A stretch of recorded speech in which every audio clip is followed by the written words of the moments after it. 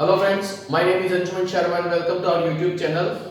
कल हमने बात की थी वाइटल साइंस की पार्ट 1 हमने डिस्कस किया था। लेक्चर 1 था हमारा कल, आज लेक्चर 2 है जिसमें हम वाइटल साइंस का रिमेनिंग पार्ट डिस्कस करेंगे। ठीक है, कल हमने टेम्परेचर पे डिस्कशन किया था कि टेम्परेचर पे कैसे कैसे एमसीक्यूज बन सकते हैं। आज पल्स रेस्पिरेशन पर हम बात करेंगे। उससे पहले आप सभी के लिए इंपॉर्टेंट इंफॉर्मेशन, आज से लाइव क्लासेस स्टार्ट हो चुकी है। आज सुबह 12 बजे लाइव क्लास हुई थी और डेली अपनी लाइव क्लास दिन में 12 बजे होगी। स्पेशली क्लासेस सीएचओ और सीआरपीएफ के लिए चला दी गई है, जिसमें लाइव क्लास का टाइमिंग रहेगा हमारा 12 पीएम।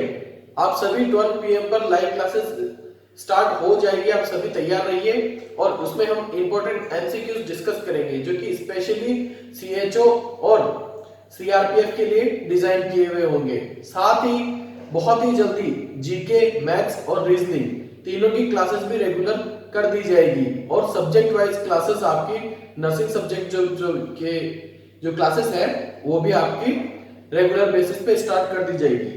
तो आइए स्टार्ट करते हैं आज का क्लास। आज के क्लास में हम डिस्कस करेंगे पल्स के बारे में कि पल्स पर कैसे कैसे क्वेश्चंस बन सकते हैं। तो सबसे पहले देखेंगे कि पल्स क्या होती है। पल्स को हम कह सकते हैं हार्ट बीट। क्या कह सकते हैं? Heart beat. इट मींस जो हार्ट है वो अगर ब्लड को पंप करता है, क्या करता है? ब्लड को पंप करता है, तो उस ब्लड को पंप करने पर एक बीट जनरेट होती है। ब्लड को पंप करते टाइम एक बीट जनरेट होती है जिसे हम कहते हैं पल्स। ये क्या कहते हैं? Heart beat. ओके, तो अब हम पल्स में बात करेंगे कि पल्स के कंपोनेंट्स क्या क्या होते हैं। पल्स के कंपोनेंट्स क्या होते हैं? जैसा हमने टेम्परेचर के कंपोनेंट्स की बात की थी, वैसे ही हम पल्स के कंपोनेंट्स की बात, वाइटल्स के कंपोनेंट्स की बात की थी, जो कि टेम्परेचर, पल्स, रेस्पिरेशन, बीपी और पेन थे। उसी प्रकार से हम इसमें कंपोनेंट्स की बात करेंगे कि पल्स के कंपोनेंट्स कौन कौन से होते हैं, या पल्स को चेक करते टाइम क्या क्या चीजें एडिशनली चेक की जाती है। तो ये हो गई हमारी पल्स। इसका फर्स्ट कंपोनेंट होता है रेट,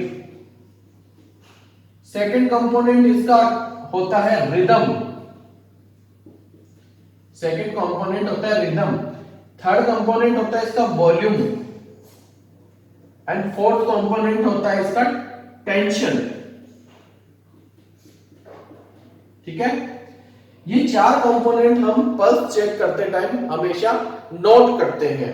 ठीक है, तो यहां से एमसीक्यूज पहला ही एमसीक्यू हमारा यहां ही बनेगा कि रेट, रिदम, वॉल्यूम और टेंशन, इसी पे पहला बनेगा। ठीक है, कि इनमें से कौन सा कंपोनेंट नहीं है, ऐसा क्वेश्चन बनता है। फर्स्ट हम बात करते हैं जैसे रेट की। तो what is rate? Rate is a number of beat, number of beating, या फिर नंबर ऑफ बीट जो होता है उसे हम रेट कहते हैं, जिसे हम गिनते हैं। आप पल्स लेते टाइम क्या करते हैं? पल्स का रेट गिनते हैं। ठीक है, तो नॉर्मल रेट कितना होता है? We all know 60 to 100 beat per minute. This is our normal pulse rate. क्या डिनोट करते हैं? Pulse rate. पल्स रेट के साथ साथ में हम और भी ये जो तीन चीजें हैं वो भी हम एसेस करते हैं ड्यूरिंग दी पल्स असेसमेंट।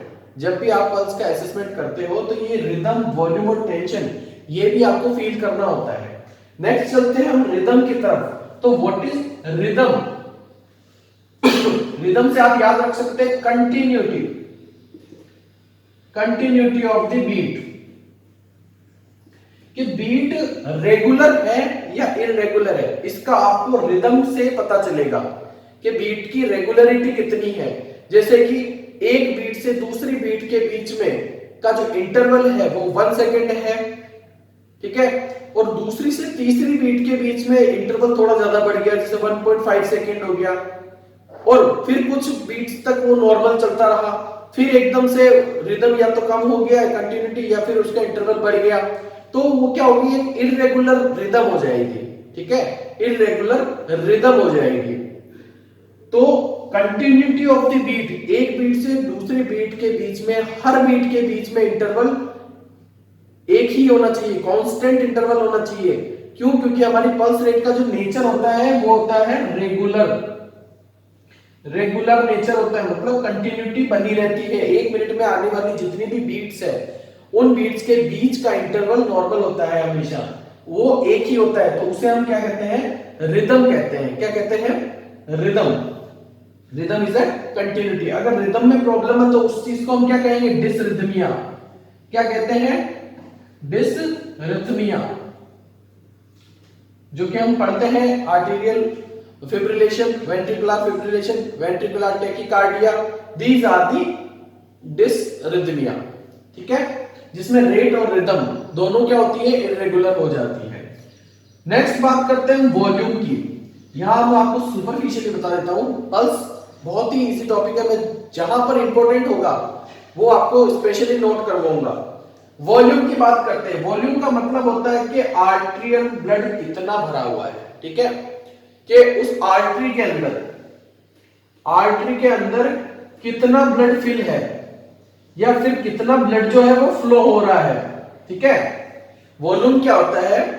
जैसे कि एक टैंक है, उस टैंक में कितना पानी भरा हुआ है, या एक पाइप है उसमें कितना पानी बह रहा है, वो पानी की क्वांटिटी क्या है? वो पानी की क्वांटिटी है उसका वॉल्यूम।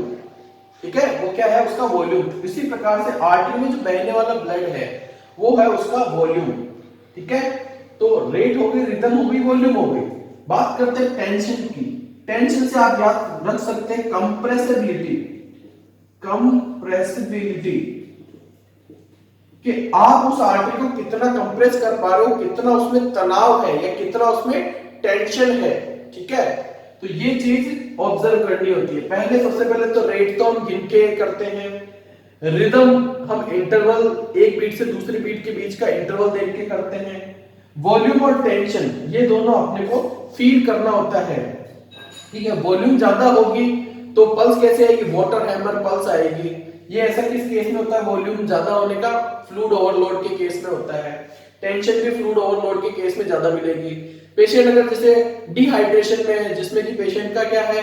ब्लड वॉल्यूम है या फ्लूइड वॉल्यूम है वो डिक्रीज है, उस कंडीशन में वीक थ्रेडी पल्स आएगी। ओके तो ये चीज हमको सारी रेट, रिदम, वॉल्यूम और टेंशन से पता चलता है। किससे पता चलता है? रेट, रिदम, वॉल्यूम और टेंशन से। ओके चलिए, तो नेक्स्ट बात करते हैं हम कुछ टर्म्स की, कुछ टर्मिनोलॉजीज की बात कर लेते हैं जो कि मेनली पूछी जाती है, सभी को पता होती है, सभी को पता है। Tachycardia and bradycardia. First term है टैकीकार्डिया, टैकीकार्डिया, एंड एक है ब्रेडिकार्डिया, ब्रेडिकार्डिया। ओके तो what is tachycardia? Normal pulse rate हमको पता है 60 to 100 होती है, 60 to 100 बीट पर मिनट होती है। अगर 100 से ज्यादा हो जाए, पल्स रेट 100 से ज्यादा हो जाए, उस टर्म को हम कहेंगे टैकीकार्डिया। क्या कहेंगे? टैकीकार्डिया।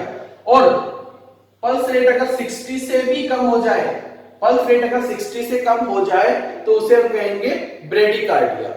क्या होगा? क्या कहेंगे? ब्रेडिकार्डिया। ओके अगर हम ईसीजी की एक एडिशनल बात बताऊं कि आरआर जो इंटरवल होता है, आरआर इंटरवल, वो टैकीकार्डिया के केस में क्या हो जाता है? डिक्रीज हो जाता है। क्या हो जाता है? डिक्रीज हो जाता है। देखिए ये ईसीजी है जिसमें ये पी वेव हो गई, क्यू आर एस हो गया, ये टी वेव हो गई। ठीक है, next P Q R S और ये टी वेव। ठीक है, ये आर वेव, ये आर वेव। ठीक है, यहां खत्म हो गई ये P wave, Q R S and T. इसमें भी ये P wave, Q R S और ये टी वेव। ठीक है, तो यहां देखिए ये आर और इस आर के बीच का जो इंटरवल है इसको कहते हैं हम आर आर इंटरवल। तो टैकीकार्डिया के केस में आर आर इंटरवल कम हो जाता है। इससे हम फाइंड आउट कर सकते हैं कि पेशेंट को टैकीकार्डिया हो रहा है। और इसमें क्या होता है? ब्रेडिकार्डिया के अंदर आर आर जो इंटरवल है, आर आर इंटरवल इंक्रीज हो जाता है। आर आर इंटरवल जो है वो इंक्रीज हो जाता है। ये एक एडिशनल क्वेश्चन है जो हमने डिस्कस किया, ठीक है। तो इसमें क्या होता है, आरआर इंटरवल डिक्रीज, इसमें आरआर इंटरवल इंक्रीज। इसमें 100 से ज्यादा हो जाती है, उसमें 60 से कम हो जाती है। Bradycardia, tachycardia, bradycardia. Okay, next बहुत ही इंपॉर्टेंट क्वेश्चन हम यहां डिस्कस करेंगे कि what is the sites of taking pulse. Next हम बात करेंगे साइट्स ऑफ टेकिंग पल्स। कर रहे हैं sites of taking pulse.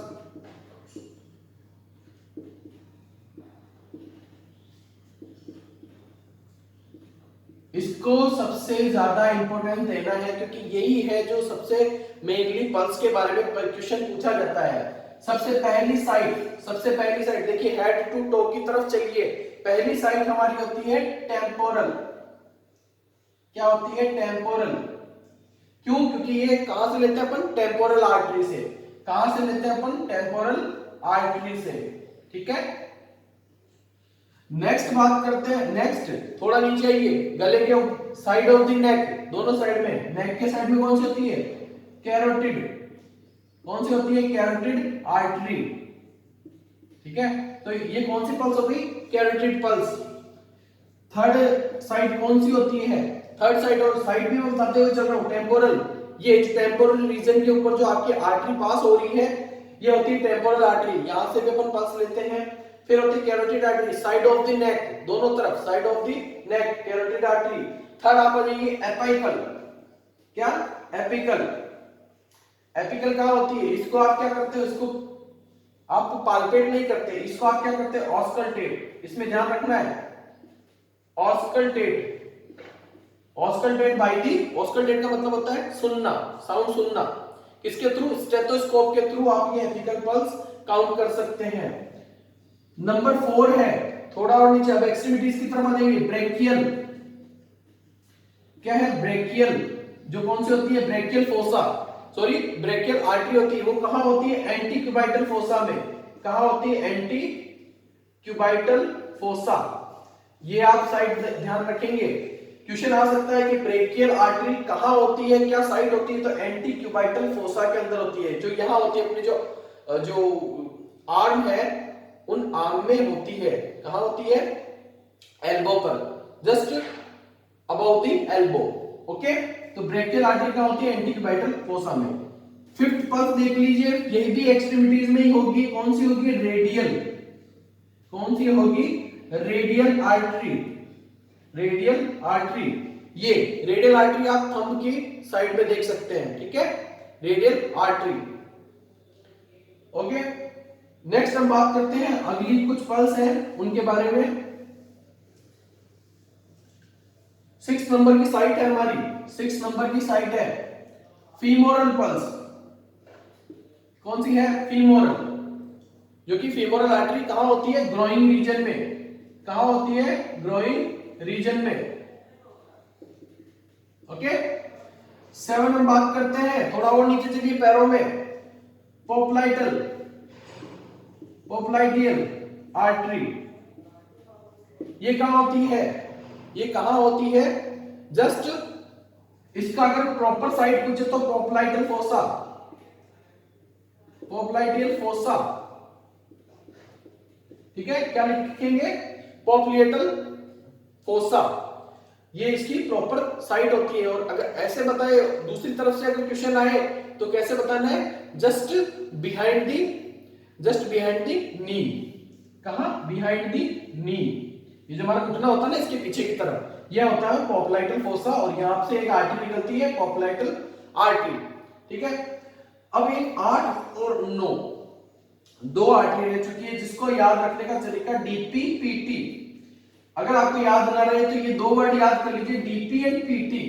DP क्या होती है? डोर्सलिस पेडिस। क्या होती है? डोर्सलिस पेडिस।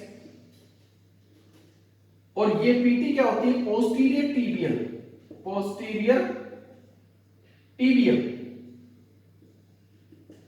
ठीक है। तो ये कुछ आर्टरीज है जिसके थ्रू अपन ऑल ओवर बॉडी के अंदर पल्स ले सकते हैं।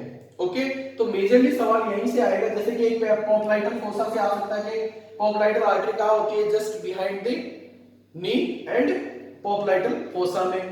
ठीक है, इन दोनों में से भी साइड पूछ सकता है कि डोर्सलिस पेडिस कहाँ है और पोस्टीरियर टिबियल कहाँ है। इस पर कैसे क्वेश्चन बनेंगे वो हम हमारी लाइव क्लासेस के अंदर इंपॉर्टेंट एमसीक्यूज जब डिस्कस करेंगे तब इन पर बनने वाले सारे सवाल मैं आपको जरूर बताऊंगा। अभी हमको सुपरफिशियली चलते हुए चलना है, देखते हुए चलना है कि क्या क्या क्वेश्चन बन सकते हैं। ओके, ये तो हुई हमारी साइड्स ऑफ टेकिंग पल्स की बात। अब जो एक मोस्ट इंपॉर्टेंट एमसीक्यू बनता है, मोस्ट इंपॉर्टेंट एमसीक्यू बनता है, उस पर मैं डिस्कस करूंगा कि हमेशा एग्जाम में एक सवाल जरूर पूछा जाता है कि जब भी आप एपिकल पल्स लेते हैं तो स्टेथोस्कोप से आपको किस जगह साउंड सुनाई देगा। ठीक है, एपिकल पल्स जब लेते हैं, एपिकल पल्स लेते हैं किसमें, अडल्ट में, किसमें, अडल्ट के अंदर, तो आपको साउंड कहां सुनाई देगा, स्टेथोस्कोप आपको कहां प्लेस करना है। तो ध्यान से देखिए, सबसे पहले तो लेफ्ट साइड, साइड कौन सी होगी, लेफ्ट। ठीक है, स्टर्नम की जो लेफ्ट साइड होगी वहां साइड कौन सी होगी, fifth intercostal muscle, fifth intercostal muscle, fifth intercostal muscle, left fifth intercostal muscle. और तीसरी चीज, at the point of, at the point of, at the point of mid clavicular line, mid clavicular line. ठीक है, ये पूरी जो wording है वो ये डिस्क्राइब करती है कि ऑस्कल्टेशन पे स्टेथोस्कोप अपन कहां प्लेस करेंगे, चेस्ट पे किस जगह प्लेस करेंगे जब अडल्ट में अपने को एपिकल पल्स सुनाई देगी, बेस्ट सुनाई देगी। ठीक है, तो लेफ्ट साइड में fifth intercostal muscle at the point of mid clavicular line. देखिए ये हमारी क्लेविकल बोन होती है। ठीक है, ये हमारी क्लेविकल बोन होती है, जैसे कि ये हमारी क्लेविकल बोन है जो मैंने वहां बनाई है। ठीक है, इसका ये जो मिड पार्ट, इसका मिड पार्ट ये हो गया हमारा स्टर्नम। ठीक है, यहां हो गया हमारा स्टर्नम, यहां मान लीजिए आपका स्टर्नम है। ठीक है, तो ये हो गई लेफ्ट साइड, ये हो गई लेफ्ट साइड। तो लेफ्ट साइड से जो ये फिफ्थ इंटरकोस्टल मसल है, फिफ्थ इंटरकोस्टल मसल है, यहां से ये जो लाइन आ रही है मिड क्लेविकल, मिड क्लेविकल का मतलब है क्लेविकल का जो मिड पोर्शन है वहां से एक अगर अपन इमेजिनरी लाइन बनाए तो वो फिफ्थ इंटरकोस्टल मसल पे जहां पर वो क्रॉस होती है, इधर से हमने क्या देखा, फिफ्थ इंटरकोस्टल मसल, ऊपर से हमने क्या देखा, मिड क्लेविकुलर लाइन। तो जहां पे ये पॉइंट क्रॉस करता है इस जगह पर स्टेथोस्कोप रखने से अपने को क्या सुनाई देगी, एपिकल पल्स सुनाई देगी, हार्ट बीट बहुत अच्छे से सुनाई देगी। तो ये एग्जाम में क्वेश्चन पूछा जाता है, लाइन में पूछे तो ये और इमेज में पूछे तो ऐसे। ठीक है, अब हम बात करते हैं कि अब हम बात करते हैं चिल्ड्रंस की, इन्फेंट्स या फिर चिल्ड्रंस की या न्यूबॉर्न्स की बात करें अगर, न्यूबॉर्न्स में कहां होती है, तो न्यूबॉर्न में आपको सिर्फ इतना सा चेंज करना है, न्यूबॉर्न में आपको इतना सा चेंज करना है, यहां से क्या करना है, fourth intercostal muscle, fourth intercostal muscle. Adult में फिफ्थ इंटरकोस्टल मसल, अडल्ट और चिल्ड्रंस में fourth intercostal muscle, left side और mid clavicular line, mid clavicular line मैंने समझा दिया। मिड क्लेविकुलर लाइन का मतलब क्लेविकल बोन का जो मिड पोर्शन है वहां से एक इमेजिनरी लाइन डालें, और ये जो स्टर्नम के लेफ्ट साइड में अपन चले, कहां चले, फिफ्थ इंटरकोस्टल मसल पे, तो ये जो जहां पॉइंट ये क्रॉस होता है वही होती है हमारी साइट, जहां पर हम स्टेथोस्कोप प्लेस करके हार्ट बीट सुन सकते हैं। ओके फ्रेंड्स, चलिए तो हमारा नेक्स्ट टॉपिक पल्स में से हमने आने वाले मोस्ट ऑफ क्वेश्चन डिस्कस कर लिए। फिर भी आपको क्लास लेते टाइम ये लगता है कि कुछ क्वेश्चंस छूट गए हैं, तो वो क्वेश्चन हम लाइव क्लास के लिए बचा के रखेंगे। जब हम इंपॉर्टेंट एमसीक्यूज डिस्कस करेंगे तो उस वक्त हम उन क्वेश्चंस को भी कवर कर लेंगे। ओके, तो आपका यहां से 70 to 80-90% कोर्स आपको यहां से मिलने वाला है। नेक्स्ट चलिए हम बात करते हैं रेस्पिरेशन की। नेक्स्ट हम बात करते हैं रेस्पिरेशन की। रेस्पिरेशन में देखिए बहुत अच्छी अच्छी चीजें पढ़ेंगे हम, सॉरी रेस्पिरेशन में हम बहुत अच्छी अच्छी चीजें पढ़ेंगे।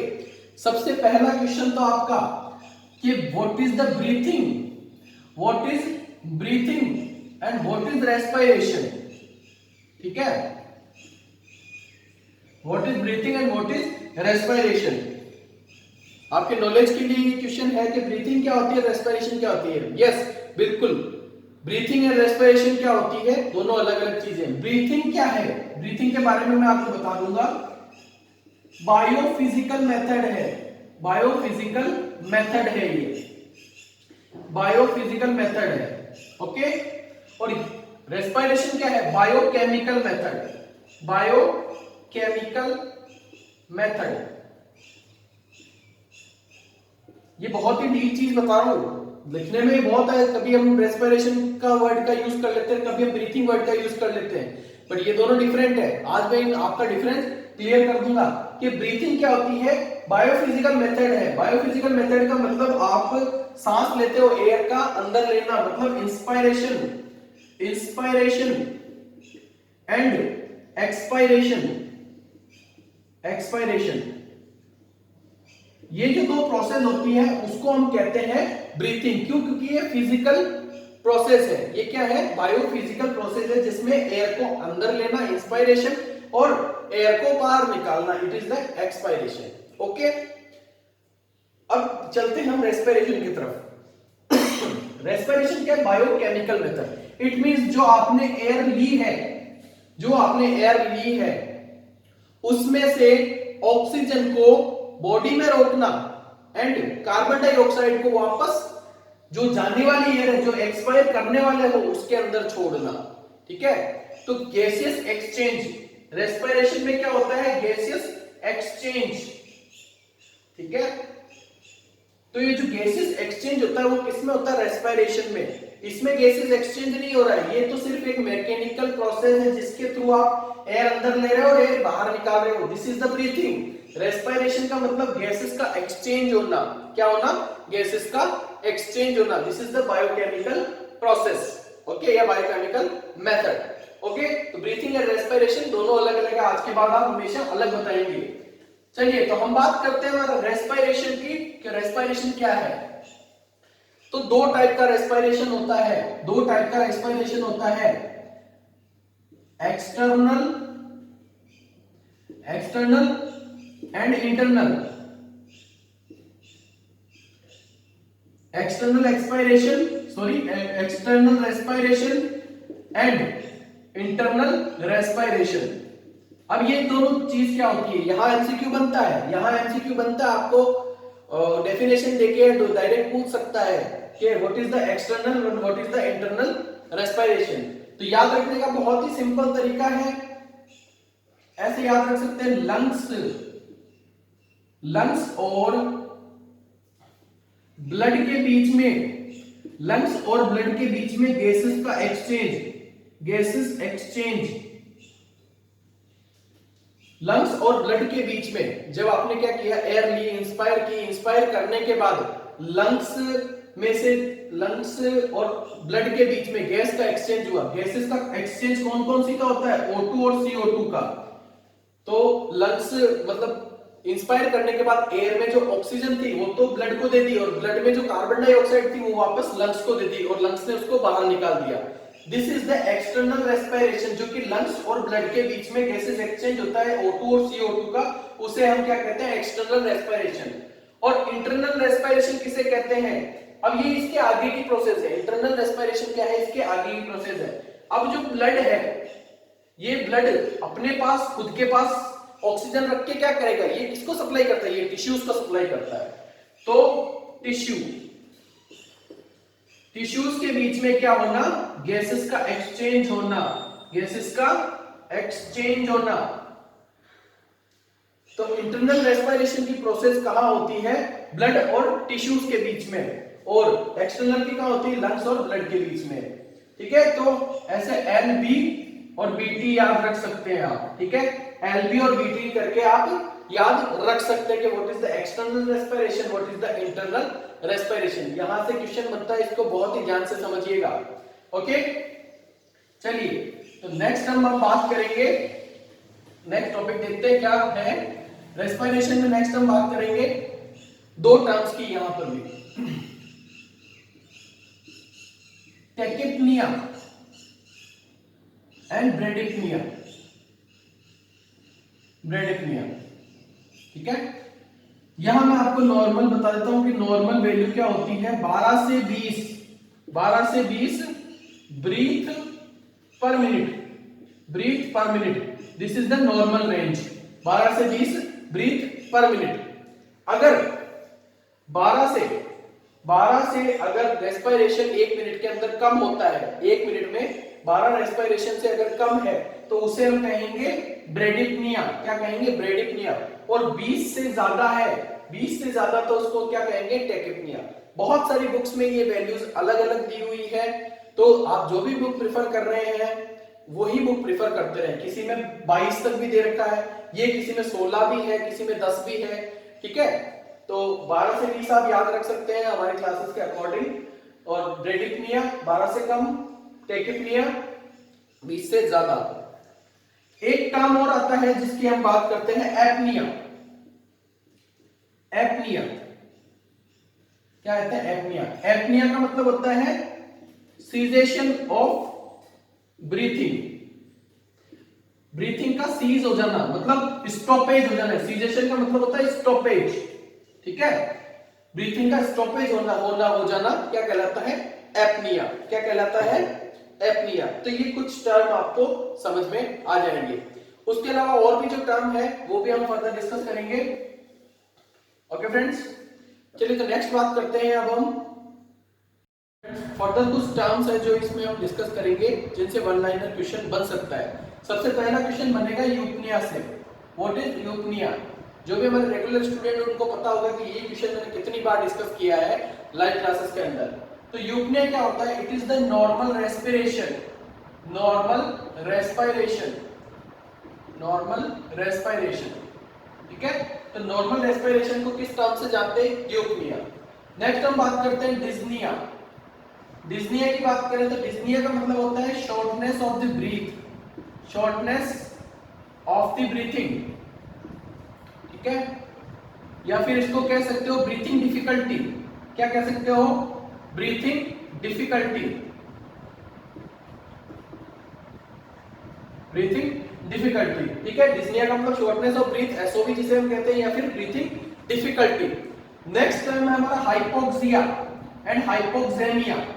ये बहुत ही कंफ्यूजिंग टर्म है क्योंकि हाइपोक्सिया, हाइपोक्सेमिया, तो आपको यहां क्लियर करना है कि इसलिए दोनों टर्म को मैंने साथ में लिखा है। It is the lack of blood, lack of blood, sorry, it is the lack of oxygen, lack of oxygen into the tissue, lack of oxygen into the tissue, this is the hypoxia. And lack of, इसका मतलब भी होता है lack of O2 in the blood, in the blood, ठीक है। Hypoxia का मतलब होता है टिश्यूज के अंदर ऑक्सीजन की कमी। हाइपोक्सेमिया का मतलब होता है ब्लड के ही अंदर, ब्लड के ही अंदर O2 की कमी। नेक्स्ट टर्म है हमारा ऑर्थोपनिया। नेक्स्ट है हमारा ऑर्थोपनिया। जब पेशेंट लाइंग डाउन कंडीशन में होता है, लाइंग डाउन या फिर सुपाइन पोजीशन में होता है, सुपाइन पोजीशन में होता है, तब उसको क्या होती है, ब्रीथिंग डिफिकल्टी। क्या होती है, ब्रीथिंग डिफिकल्टी। तो लाइन डाउन या सुपाइन कंडीशन में पेशेंट को क्या होना, ब्रीथिंग डिफिकल्टी होना। और पेशेंट ओनली अपराइट पोजीशन के अंदर प्रॉपर्ली ब्रीथ कर पा रहा है। रेस्पिरेशन कैसे कर पा रहा है, ओनली द अपराइट पोजीशन, बैठी हुई जो सिटिंग पोजीशन है, अपराइट पोजीशन है, उसी के अंदर पेशेंट क्या हो रहा है, प्रॉपर्ली ब्रीथिंग कर पा रहा है। इस कंडीशन को हम कहते हैं ऑर्थोपनिया। लाइंग या सुपाइन कंडीशन में वो ब्रीथिंग नहीं कर पा रहा, उसको डिफिकल्टी हो रही है ब्रीथिंग में, तो वो कहते हैं उसको ऑर्थोपनिया। नेक्स्ट चेनी स्ट्रोक रेस्पिरेशन, चेनी स्ट्रोक रेस्पिरेशन। इसमें आप दो वर्ड याद रखेंगे, वैक्सिंग एंड वीनिंग। क्या याद रखेंगे, rhythmic waxing and weaning, rhythmic waxing and weaning, ये दो वर्ड याद रखेंगे, waxing and weaning respiration. Wasting and weaning respiration किस टाइप का रेस्पिरेशन होता है? चेनी स्ट्रोक रेस्पिरेशन। इसमें एक चीज और देखने को मिलती है, इसमें मिलती है एपनिया। क्या देखने को मिलता है? एपनिया, मतलब रेस्पिरेशन चल रहा है, शैलो रेस्पिरेशन होता है और रिदमिक वैक्सिंग वीनिंग रेस्पिरेशन इसके अंदर देखने को मिलता है। साथ ही आपको एपनिया देखने को मिलेगा, मतलब कुछ टाइम रेस्पिरेशन एकदम ब्रीथिंग एकदम सही चल रहा है और कुछ वक्त के लिए 10 to 20 सेकंड्स के लिए, एटलीस्ट 10 to 20 सेकंड्स के लिए क्या हुआ? सडनली ब्रीथिंग स्टॉप हो गया। सडनली क्या हुआ? ब्रीथिंग स्टॉप हो गया और फिर से चलने लगा। ठीक है, 10 to 20 सेकंड्स के लिए क्या हुआ? ब्रीथिंग सडनली स्टॉप हो गया, बिल्कुल सीज हो गया, उसे हम कहते हैं एपनिया। और रिदमिक वैक्सिंग वीनिंग रेस्पिरेशन, इसको क्या कहेंगे? चेनी स्ट्रोक रेस्पिरेशन। ठीक है, चेनी स्ट्रोक रेस्पिरेशन। ये दो वर्ड आपको जरूर देखने को मिलेंगे, वैक्सिंग एंड वीनिंग।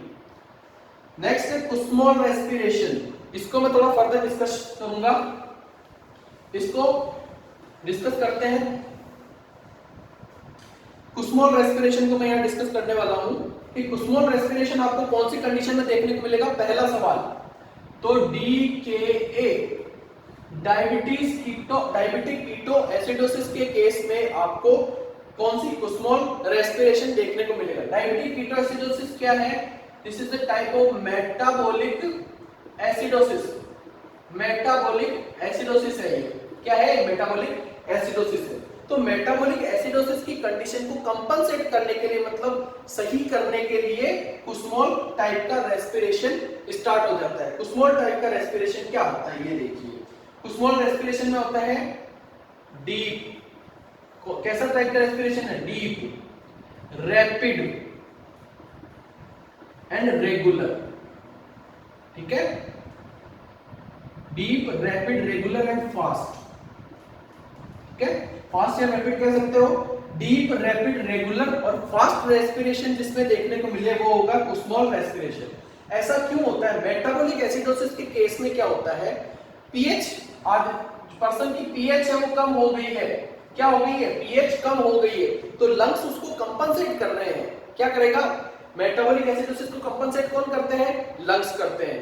मेरी जो एपीजी की क्लास है आप वो जाकर देख सकते हैं, अगर आपको ये फंडामेंटल्स क्लियर नहीं है आपके ये वाले तो पीएच हो गई कम। अब पीएच को वापस बढ़ाने के लिए क्या करेगा? बॉडी क्या करती है? अपने जो एसिड्स हैं उनको बाहर निकालेगी। अब यहां कौन एसिड को बाहर निकालेगा? लंग्स।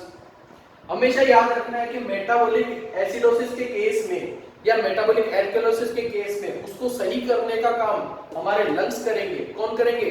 हमारे लंग्स करेंगे। लंग्स अब मेटाबॉलिक एसिडोसिस के केस में कैसे करेगा? CO2 को बाहर निकालेगा। CO2 को बॉडी से बाहर निकालेगा। क्यों? क्योंकि CO2 क्या है? एसिड है। इतना याद रखिए कि CO2 क्या है? एसिड है। तो CO2 को बाहर निकालेगा। बाहर कैसे निकालेगा? जब जो जल्दी रैपिडली ब्रीथिंग करेगा तभी तो CO2 बाहर निकलेगी। इसीलिए डीप और रैपिड रेस्पिरेशन अपने को देखने को मिलता है डायबिटिक कीटो एसिडोसिस के केस में, जिसे हम कहते हैं कुस्मोल रेस्पिरेशन। जिसे हम क्या कहते हैं? कुस्मोल रेस्पिरेशन। ओके फ्रेंड्स, मिलते हैं नेक्स्ट टॉपिक के साथ, जो हमारा blood pressure, SpO2 and pen, वो हम नेक्स्ट क्लास में डिस्कस करेंगे। तो लाइव क्लास का टाइमिंग याद रखिएगा, 12 बजे डेली 12 PM पर हमारी क्लास आती है, जिसमें हम इंपॉर्टेंट MCQs डिस्कस करते हैं। तो चैनल के साथ बने रहिए, चैनल को सब्सक्राइब कीजिए और ज्यादा से ज्यादा वीडियो को शेयर कीजिए। Okay, thank you friends, thank you all of you.